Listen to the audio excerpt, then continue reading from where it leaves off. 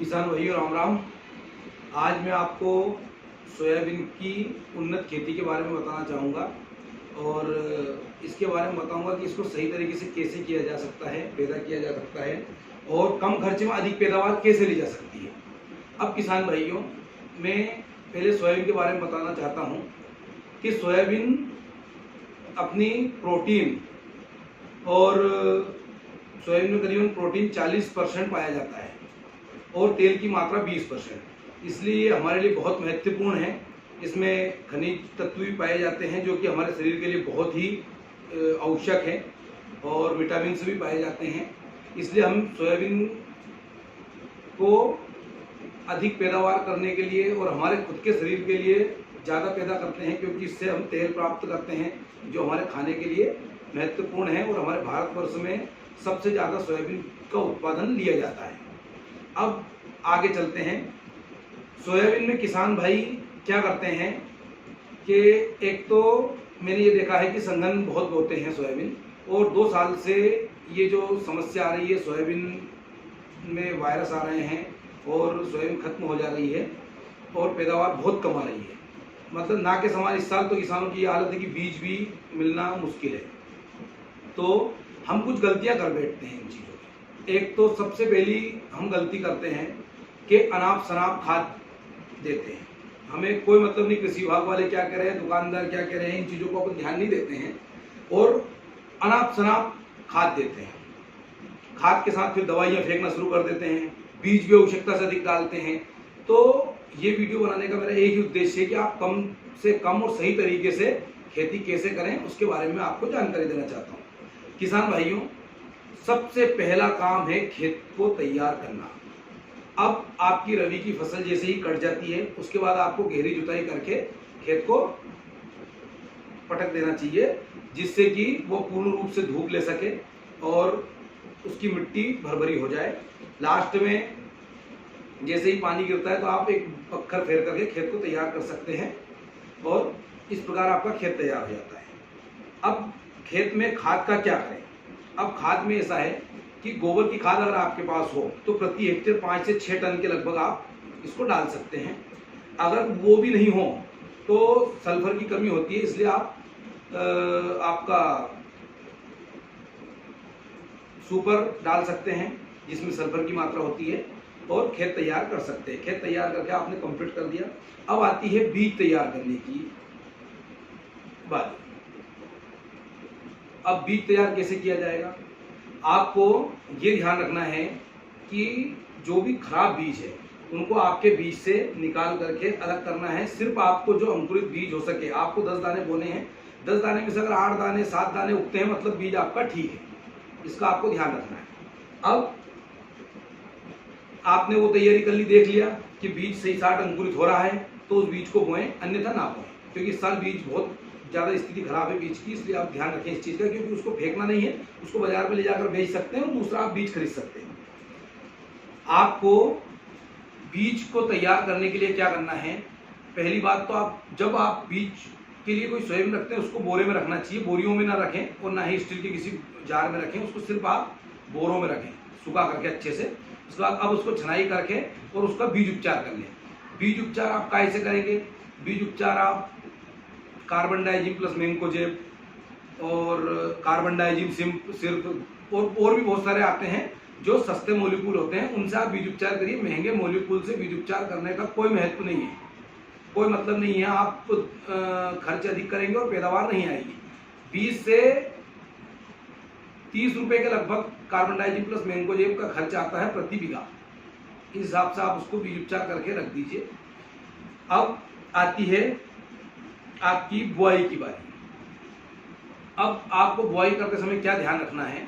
लोग किसान क्या करते हैं कि अनाप शनाप फेंकते, 30 किलो बीघा तक भी मैंने सोयाबीन फेंकते हुए देखे हैं। डांट डूब बोते जैसे गेहूं बो रहे होंगे उस प्रकार बोते हैं। तो आपको बुआई के समय ये ध्यान रखना है कि सिर्फ 20 किलो बीघा बीज का चयन करें। अब बीज में चयन कौन सा करें? जिसमें पिछले साल वायरस आ चुका है, जैसे 9560 और बुंदेला 9305, इनमें पिछले साल वायरस आ चुके हैं। आपसे निवेदन है कि अगर आप नया बीज ला सकें तो नए बीज की तैयारी करिए। मैं आपको नए बीज के कुछ नाम बता देता हूँ। GS 2029 आती है जो 90 से 95 दिनों में पक्के तैयार हो जाता है। GS 2034 आती है, JS 2034 ये 80 से 85 दिन में कंप्लीट हो जाता है। NRC 12 आता है, 90 से 100 दिन में कंप्लीट हो जाता है। NRC 7 आता है, ये 96 से 100 दिन मतलब 90 से 100 दिन के बीच में ये भी पक्के कंप्लीट हो जाता है। अब किसान भाइयों, अगर आप नया बीज लगा ले तो बहुत ही अच्छी बात है सोयाबीन के लिए, क्योंकि इस बार भी समस्या आने की संभावना है। अगर आप वही बीज बोते हैं तो आपको बीज जरूर बदलना है, इसका ध्यान रखिएगा। कोशिश करिए कि बीज बदल सके। आपने बीज उपचार कर लिया, बीज उपचार करने के बाद में आपको बुआई जो दूरी है, हमने देखा है अभी किसान भाई क्या कर रहे हैं कि 10-10 इंच पे 10 सेंटीमीटर पे ही बुआई कर रहे हैं पहले, जबकि हम लोग 18.5 फीट मतलब एक 18 इंच के लगभग 1.5 फीट पे हम बुआई करते थे पहले। आज किसान भाई क्या कर रहे हैं कि उसको कम कर रहे हैं, यहाँ तक कि 8-10 इंच पे बो रहे हैं सोयाबीन, और उसके बाद 20 से 30 किलो 25 से 30 किलो के लगभग बीज फेंकते हैं। अब आप बताइए इतना संघन बीज क्या होगा, उगटेगी ना सोयाबीन, सीधा फंडा है, उसको नीचे उर्वरक ही नहीं मिल पाएंगे इतने, तो सोयाबीन उगटेगी।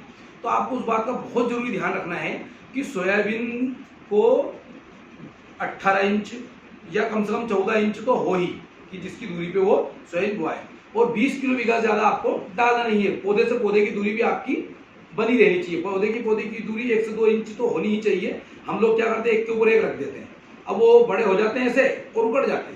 इसका आपको ध्यान रखना है कि आपको दूरी बनाए रखना, हवा निकासी की जगह बनाए रखें, निकासी की जगह बनाए रखें। पौधा जितना दूर होगा उतना स्वस्थ होगा, उतना अच्छा होगा। ये हो गया, आपकी सोयाबीन उग जाती है। उगने के बाद में 7 से 8 दिन आपकी सोयाबीन को दिखाई देने लग जाती है।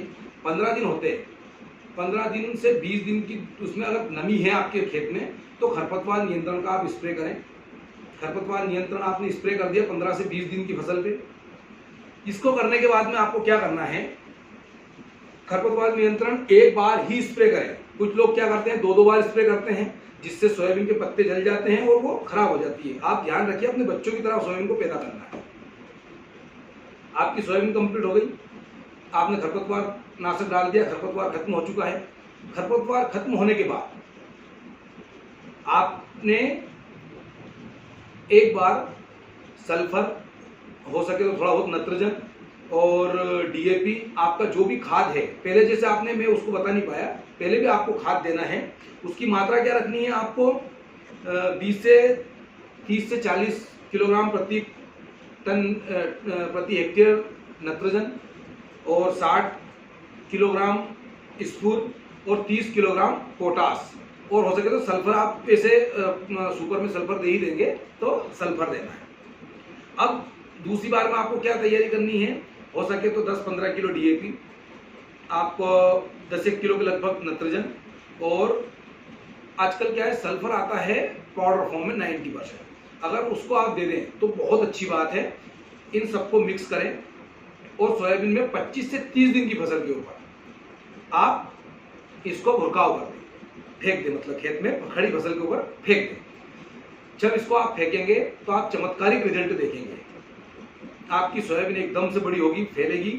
इसीलिए मैं कह रहा हूँ कि दूरी बनाए रखेंगे तो बहुत अच्छी रहेगी। मतलब दूरी आपकी, अगर आपको लगे ना सीधी सोयाबीन, वो भी डांट हो जाएगी, आप इससे डरना मत, बहुत बेस्ट सोयाबीन हो जाएगी। आपकी सोयाबीन अच्छी हो गई, फिर आपको मोलिक्यूल करना है स्प्रे। सोयाबीन में कीटनाशक का नियंत्रण कैसे किया जाए। अब आपको ध्यान रखना है कि फसल अवधि 25 से 30 दिन की हो गई है, 30 दिन के आपको एक स्प्रे करना है।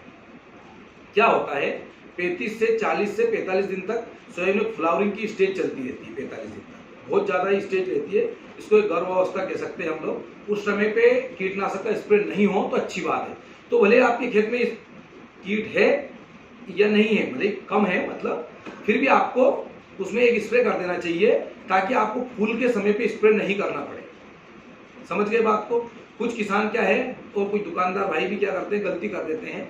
अब वो कहता है भाई हमें तो इल्ली लग गई है, अब वो इल्ली लगी है और फ्लावरिंग स्टेज भी चल रही है, भले कितना भी अच्छा मॉलिक्यूल हो, सोयाबीन के फ्लावर पे वो नुकसान करता है, मतलब करता है। भले इससे वैज्ञानिक कह दे, कंपनी कह दे कि नहीं नहीं नहीं, नहीं करेगा, पर आप स्प्रे करोगे तो सोयाबीन को नुकसान जरूर होगा। तो इसलिए हम कीट आने से पहले ही एक नियंत्रण कर ले। सस्ते मॉलिक्यूल आते हैं, क्लोरोपेरिफास है, लेमड़ा है, और अपना ट्राइजोफास आता था, शायद अब वो पाउडर फॉर्म में आने लगा है, उसको स्प्रे अपन कर करके और अपने सोयाबीन को सुरक्षित कर सकते हैं। अब इसका 10 से 15 दिन तक आपका कंट्रोल बना रहेगा। प्रोफेनो प्लस साय पर भी स्प्रे कर सकते हैं अगर फ्लावर नहीं है तो।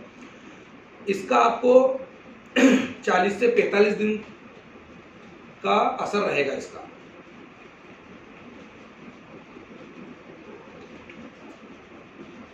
इस स्टेज में आपकी सोयाबीन में फ्लावर से उतर करके अंकुरण आना शुरू हो जाएगा। अब क्या होता है, जैसे उसमें फली आना शुरू होती है तो वहां पे भी फिर उतरना शुरू कर देती है इल्लियां।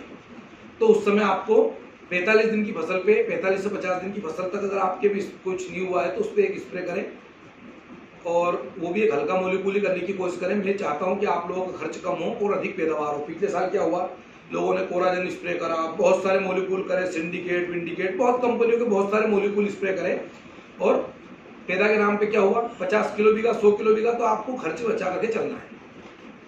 आपने सोयाबीन में स्प्रे कर दिया, स्प्रे करने के बाद में आप पकने तक देख लीजिए, उसमें अगर आप 2 मीटर में अगर 2, 4, 6 इल्लियाँ, 5 इल्लियाँ रहती है तो स्प्रे करना है। 1-2 इल्ली से कुछ भी नहीं होता है, उसको खाने दीजिए, उससे दिक्कत नहीं है। उससे आपका दवाई वाला खर्चा इतना मेंटेन हो जाता है, इसलिए आप लोगों को उसको बचा के रखना है। आप वहाँ पे अगर 1 मीटर में 2 इल्ली हैं, 2 मीटर में, 3 मीटर में 1-2 इल्ली हैं, तो उससे उसको ना, मतलब उस पर खर्च करने की आवश्यकता नहीं है। और बाकी आवश्यकता पड़े तो सही दुकानदार से आप सलाह भी ले सकते हैं, कृषि वैज्ञानिकों से सलाह ले सकते हैं, आप ये कर सकते हैं। अब मैंने देखा है कि किसान भाई लास्ट स्टेज में फंजीसाइड का स्प्रे करते हैं, तो बहुत अच्छी बात है, करना चाहिए। उससे एक येलो मोजक करके आता है, बहुत सारी प्रॉब्लम आती है सोयाबीन में, तो वो डार्क स्पॉट बन जाते हैं, वो खत्म करना रहता है उसको। तो मैंने देखा उसमें 4-4-5-5 हज़ार रुपए किलो की चीजें स्प्रे करते हैं, मतलब 500 रुपये बीघा का सीधा सीधा खर्च किसान करता है। तो मेरा आपसे निवेदन है कि आप कोई सा भी सस्ता फंजीसाइड ले सकते हैं। उसमें आजकल सल्फर प्लस टेबुस्कोनोजोल आता है, बहुत सारे सस्ते मोलिकुल आते हैं जिससे आपका खर्च कम होगा और पैदावार अच्छी आएगी। तो उसको स्प्रे करें, महंगे मोलिकुल पर ना जाएं, क्योंकि आपकी जेब मैंने देखी है कि खर्च बहुत ज़्यादा, किसान उधार भी ले जाता है। अरे यार मेरे पास नहीं, पर आप तो उधार दे, तो मेरे को डालना तो है ही, हेडलाइन तो डालूंगा इसे। तो मैं चाहता हूँ ये चीज़ें आप कम करें, खर्च कम करें। आपने सोयाबीन में स्प्रे करके आपकी सोयाबीन कंप्लीट हो जाएगी, और मुझे उम्मीद है कि अच्छी पैदावार आएगी। और भी आवश्यकता, इसमें बीच में बहुत सारी चीज़ छूट गई है, तो आपको अगर आवश्यकता पड़े तो मैं आपको उस चीज़ के बारे में बताऊंगा। अच्छा, दूसरा मैं एक और बात कह रहा था आपसे कि मक्का, सोयाबीन का सब्स्टिट्यूट है मक्का। अगर आपको आवश्यकता है कि अपने यहाँ सोयाबीन सही से पैदा नहीं हो पा रही है, तो 4 किलो बीघा मक्का लगती है, और 15 से 20 क्विंटल मक्का प्रति बीघा निकलती है। तो बहुत ही बेस्ट चीज़ है मक्का। तो मक्का आप बोइए, उसमें बहुत कम खर्च है, दवाइयों का भी स्प्रे ना के समान है, और मक्का को आप लगवा दीजिए, और ये मानिए आप कि 15 से 20 क्विंटल मक्का निकलती है, और उसका भाव आप मान लीजिए कम से कम 1500 रुपये। तो 22,000 रुपये की पैदा आएगी 1 बीघा से, 15 क्विंटल अपन लेके चलते हैं। और सोयाबीन अगर आप पैदा करते हैं 3 क्विंटल निकलती है, तो 5-3-15,000 रुपये। तो फिर भी मक्का और सोयाबीन में 5 से 6,000 रुपये खर्चा भी हो जाता है। तो इसलिए ध्यान रखिए कि हो सके तो मक्का भी लगाइए, आधे खेतों में मक्का लगाइए। और इसके सिवाय आपको और भी कोई आवश्यकता हो किसी चीज़ की, और वो आपको जानकारी चाहिए हो, तो आप मुझे पर्सनली फ़ोन लगा सकते हैं। धन्यवाद। जय किसान, जय जवान, जय किसान।